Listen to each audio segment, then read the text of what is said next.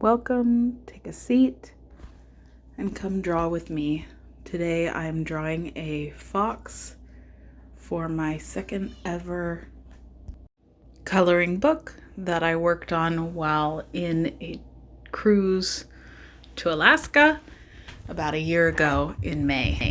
It was such an adventure to go and do Alaska or parts of it, not just for the first time, but with my kids as young as they were.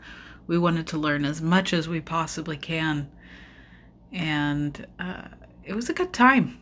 We did reading about the sea life and the wildlife that lived up there, and as we were stopping in the little towns, it was neat to see the totem poles and the different artwork all around the towns. So this is inspired by them, and this coloring book has other animals. I did a raven and salmon. We got to see a really neat little boardwalk salmon run. There were no salmon when we went, but the plant life was beautiful, and just seeing the clear water running was so fun.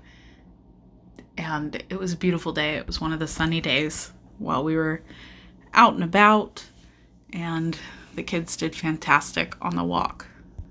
As it happens on some cruises, there was a bit of a cold going around, so it was really nice to just sit and watch the ocean on the way home and work on these drawings that were inspired by all of the beautiful things that we had seen, and hikes that we had been on, and animals that we saw or didn't or hope we would have seen.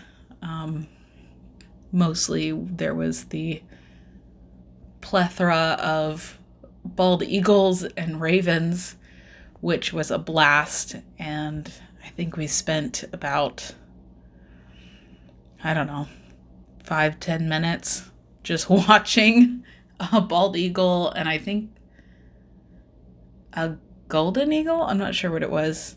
Big brown one. Just chilling. Kind of on a boardwalk area.